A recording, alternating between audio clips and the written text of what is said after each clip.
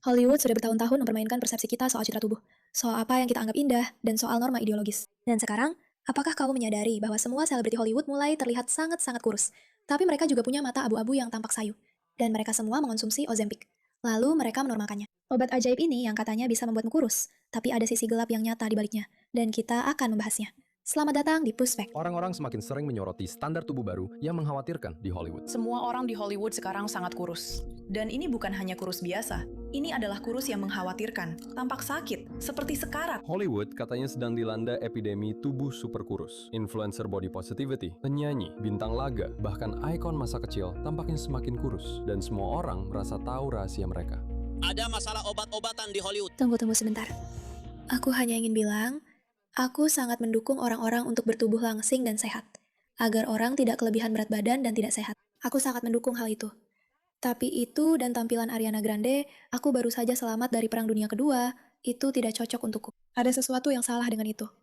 Dan kamu harus ingat bahwa mungkin sebagai orang dewasa yang lebih tua, yang sudah terbiasa melihat banyak variasi bentuk tubuh manusia di Hollywood, kamu bisa melihat bahwa ada yang salah dengan itu. Tapi, saat anak-anak perempuan dan laki-laki muda tumbuh dan melihat ini sebagai hal yang normal, mereka tidak punya kemampuan untuk menyadari bahwa ada yang tidak beres dan bahwa ini salah. Dan sekarang ini menormalkan tampilan seperti penderita anoreksia akibat obat. Itu Ozempic, itu kebanyakan. Kamu tahu, semua orang berbohong. Semua orang bilang porsinya lebih kecil. Kayak, diem deh. Kamu pakai Ozempic. Ngomong-ngomong, kamu sudah berusaha memperbaiki tubuh dan kesehatanmu. Tidak. Itu karena Ozempic, begitulah berat badan ini turun. Dengan pasar gelap yang semakin berkembang memanfaatkan publisitas ini, para dokter khawatir orang-orang mulai kelewatan. Tapi obatnya justru bagian yang paling tidak menarik dari cerita ini. Sekarang, perusahaan-perusahaan menjual obat-obatan ini melalui situs web kepada hampir siapa saja. Beberapa bulan lalu, salah satu dari mereka menawarkan untuk mensponsori saya. Uang yang ditawarkan lebih banyak dari yang pernah saya terima. Tapi organisasi seperti ini biasanya tidak ingin saya menyelidiki mereka. Begini, saya membuat film dokumenter yang menyelidiki industri ini. Tidak ada yang menawarkan uang sebanyak itu, kecuali mereka berencana untuk mendapatkannya kembali. Jadi, saya mulai mencari tahu caranya dan menemukan seluruh sistem yang dibangun di sekitar obat-obatan ini. Sistem itu sekarang mulai merambah ke industri kebugaran. Hal ini membuat saya khawatir, karena diri saya yang berusia 16 tahun dulu pasti akan terjebak dalam perangkap ini. Seperti yang sekarang semakin banyak dilakukan oleh remaja sehat demi mendapatkan penampilan ala Hollywood. Inilah masalahnya. Maksud saya, masalahnya bukan hanya soal masalah kurus karena Ozempic, tapi juga fenomena obsesi mengubah penampilan itu. Fenomena anak-anak menggunakan palu untuk mengubah wajah mereka, mengonsumsi steroid dalam jumlah besar agar tubuh menjadi sangat besar secara tidak alami, yang memiliki dampak jangka panjang yang serius seumur hidup. Kamu benar, dampaknya memang serius. Semua hal ini memang begitu. Mengalami gangguan makan sejak kecil bisa membuat tubuh perempuan tidak berfungsi sebagaimana mestinya, dan bisa menghambat kemampuan untuk memiliki anak dengan cara yang sehat. Mengonsumsi steroid, memasukkan obat-obatan ke dalam tubuhmu, memukul dirimu sendiri dengan palu, mengonsumsi hal-hal aneh. Mengejar penampilan tertentu secara ideal itu sangat berbahaya untuk kita dorong dan dukung sebagai masyarakat. Tapi kalau kamu mencari tentang looks maxing dan melihat seberapa pesat kelompok ini berkembangkan, itu benar-benar gila. Secara harfiah, benar-benar, ini sudah jadi fenomena yang sangat normal. Lihat saja looksmax.org, verifikasi kalau aku manusia. Kamu tahu aku manusia. Aku merasa itu sangat mengganggu. Oke, lihat, kamu bisa masuk ke sini dan menemukan semua hal aneh ini, seperti gaya kebugaran, operasi kosmetik, dan lainnya. Oke, bergabunglah dengan komunitas di mana kamu bisa berdiskusi tentang bagaimana cara melakukan tes darah kalau aku berumur 16 tahun. 16 tahun? Ini membuatku benar-benar tidak nyaman. Dan ada aturan di looksmax.org yang mengatakan estetika itu penting. Cara kamu terlihat itu penting. Dan tentu saja, terlihat cantik, terlihat sehat itu penting. Merasa nyaman dengan tubuhmu itu penting. Tidak ada yang menyangkal itu.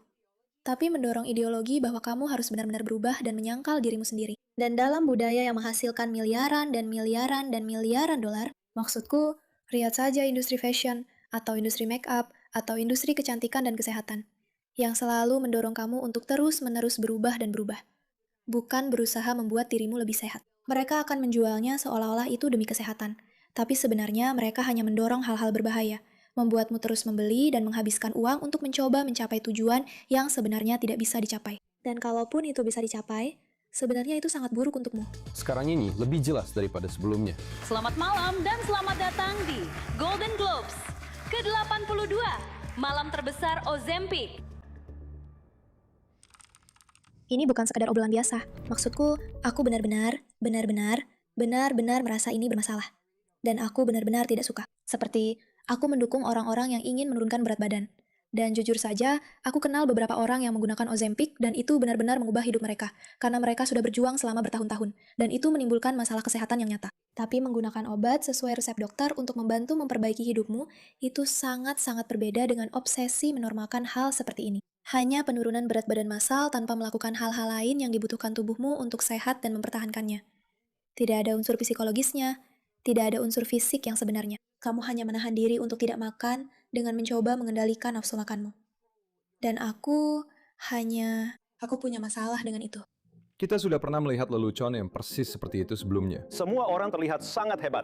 Saat aku melihat sekeliling ruangan ini, aku tidak bisa tidak bertanya-tanya, apakah Ozempic cocok untukku? Jika kita melihat karpet merah manapun, lelucon-lelucon ini tampaknya tidak tanpa dasar. Ada rumor tentang pesta Ozempic. Para selebriti berkumpul untuk menyuntik bersama. Banyak orang bilang bahwa Dwayne sedang menggunakan Ozempic. Mereka pikir dia benar-benar memakai Ozempic. Tapi kita tidak perlu bergantung pada rumor-rumor itu. Beberapa orang langsung mengatakannya. Aku turun hampir 19 kg dengan menggunakan Ozempic. Aku sedang mencoba mengoptimalkan tubuhku. Jadi, apapun yang bisa membantuku membalikan penuaan, aku tertarik. Jolo, kamu kelihatan kurus. Terima kasih. Ozempic? Kamu pakai? Oh, kamu pakai? Apa kamu sadar, mereka semua punya mata abu-abu yang sama dengan kelopak mata yang turun? Ngomong-ngomong, sekarang juga banyak berita tentang dampak lain yang mungkin ditimbulkan Ozempic padamu, seperti kehilangan penglihatan. Orang-orang tidak tahu tentang itu. Dan untuk orang dengan diabetes atau obesitas, itu benar-benar terobosan medis. Semua orang di ruangan itu tahu perbedaan antara minum obat karena kamu benar-benar membutuhkannya secara medis, atau minum obat karena kamu harus tampil di acara karpet merah hari Jumat. Itu obat yang baik untuk orang yang tepat. Masalahnya mulai muncul ketika soal siapa yang dianggap orang yang tepat mulai jadi penting. Karena bagi selebriti, ini seringkali bukan obat. Ini cuma mempercepat tradisi lama Hollywood, diet kilat. Kamu tahu, aku pernah dengar seseorang berkata bahwa seringkali ketika kamu melihat sebuah masyarakat, semakin kaya masyarakat itu. Dulu, itu berarti kamu akan menjadi lebih gemuk. Tapi sekarang, laki-laki justru makin bertambah berat badannya. Dan perempuan malah makin mengecil dan mengecil. Seolah-olah itu adalah tekanan dari masyarakat. Dan aku sering memikirkan tentang metafora itu. Bukan berarti aku seorang feminis, atau chauvinis, atau hal-hal seperti itu. Aku hanya memikirkan betapa sedihnya bahwa tekanan masyarakat membuatmu seolah-olah harus menghilang. Menghilang sebanyak yang kamu bisa. Menghilang saja. Sekali lagi, aku sama sekali tidak mendukung kegemukan. Aku pikir itu adalah hal yang buruk. Menurutku, kebanyakan manusia di luar sana, kecuali mereka punya masalah medis yang serius, bisa berusaha dan disiplin, yang akan membantu mereka memperbaiki berbagai aspek hidup mereka dan setidaknya mencapai kondisi yang sehat. Tapi standar tubuh super kurus seperti itu, aku tidak suka. Tahun 2022, Met Gala, Kim Kardashian ingin memakai gaun yang pernah dikenakan Marilyn Monroe saat menyanyikan lagu ulang tahun untuk seorang presiden. Hanya ada satu masalah. Aku mencobanya, dan gaunnya tidak muat di badanku. Jadi aku bilang ke mereka, beri aku waktu sekitar 3 minggu. Dan aku harus menurunkan 16 pon sampai hari ini agar bisa muat memakai gaun ini. Apakah Kim menggunakan obat penurun berat badan atau tidak? Sebenarnya tidak terlalu penting. Hollywood selalu menekan perempuan untuk menjadi kurus, dan laki-laki untuk menjadi ramping dan berotot. Obat penurun berat badan hanyalah cara yang lebih cepat itu. Dengan media yang mengklaim bahwa tren heroin chic kembali lagi. Kurus atau kembalikan kerabat yang sudah meninggal. Kurus.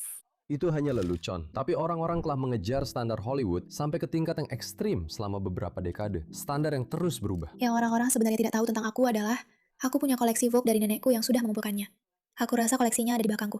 Haruskah aku ambil sebentar? Nenek sudah mengumpulkan Vogue sejak aku rasa tahun 1900 sekian. Dan aku punya majalah Vogue di sini. Ini dari tahun berapa ya? Dari tahun 1986. Standar kecantikan yang berubah itu sangat dramatis dan luar biasa untuk dilihat. Dan itu adalah sesuatu yang aku miliki. Aku punya koleksi besar ini. Aku punya bahkan ratusan majalah Vogue di kamar tamu di bawah. Kenapa? Karena aku percaya, sangat penting untuk melihat bagaimana masyarakat telah mendorong dan menekan kita ke dalam standar kecantikan yang berbeda-beda, dan menghasilkan begitu banyak uang dari semua kepalsuan itu. Itu semua palsu, karena tidak ada satupun yang benar-benar nyata. Kita semua tahu seperti apa orang yang cantik itu. Sehat, bahagia, bersih, cerah, mata yang berbinar, sesuatu yang terawat, rapi. Ada sesuatu dari itu yang terlihat indah. Oke, sedikit lebih gemuk, sedikit lebih kurus. Semuanya baik-baik saja selama kamu terlihat sehat dan cerah. Dan itu sesuatu yang sudah kita lupakan, karena kamu punya alis tebal, alis tipis. Ngomong-ngomong, aku selalu punya alis tebal. Tapi alis tebal, alis tipis, rambut panjang, rambut pendek, rambut gelap, rambut terang, kulit sawo matang, kulit yang tidak terlalu sawo matang, sangat-sangat kurus, kurang kurus, berotot, seperti hidung besar, hidung kecil, bibir besar, hidung kecil, bibir, telinga, mata, operasi wajah, semuanya selalu berubah. Tren kecantikan selalu berubah. Pakaian ini, celana jeans ketat, celana jeans longgar, celana jeans panjang, celana jeans lama, mom jeans, celana jeans baru, semuanya selalu berubah. Dan itu berubah supaya kamu tidak pernah bisa mengejarnya. Agar kamu selalu terikat pada standar dan masyarakat yang mendapatkan uang darimu saat kamu berusaha mengikuti tren mode baru. Itulah sebabnya pakaian sekarang tidak bisa bertahan sampai 50 tahun, meskipun pakaian lama bisa. Dan aku suka beberapa pakaian di lemari nenekku, yang masih tetap modis sampai hari ini. Seperti mantel Burberry yang bagus, atau entahlah, rok Dior. Semua barang yang dulunya indah dan modis itu sekarang seolah-olah sudah menghilang. Dan sejujurnya, rasanya menyedihkan melihat Hollywood mendorong agenda seperti ini. Kita tidak akan menonton seluruh video ini. Kamu bisa cek konten orang ini. Josh Brett, dokternya. Sisi dari obsesi baru Hollywood. Ada masalah nyata di sini yang tidak cukup dibicarakan. Menjadikan Ozempic sebagai standar kecantikan itu mengerikan. Mengerikan. Dan aku tidak setuju dengan itu. Dan aku tidak mempercayainya. Dan tentu saja, aku sebagai perempuan selalu terjebak dalam pikiran, andai aku lebih kurus. Dan aku tidak akan pura-pura kalau aku tidak punya masalah sendiri dengan tubuhku dan penampilanku. Tentu saja aku punya. Setiap perempuan juga begitu. Tapi kita harus mulai bertanya pada diri sendiri, kapan itu terjadi? Dan kenapa itu terjadi? Dan kenapa aku bisa duduk di sini, di rumahku sendiri, menikah dengan bahagia dan punya putri yang cantik? Dan melihat seseorang yang jelas-jelas sakit di Hollywood, dan berpikir bahwa itulah yang seharusnya aku kejar dalam hidupku, itulah alasan aku harus menahan diri atau menyuntikkan sesuatu ke dalam tubuhku yang aku sendiri tidak tahu bahaya atau akibatnya. Kenapa itu sekarang jadi hal yang dianggap normal? Ya, aku rasa aku sudah melewati itu. Terima kasih atas perhatianmu terhadap masalah ini.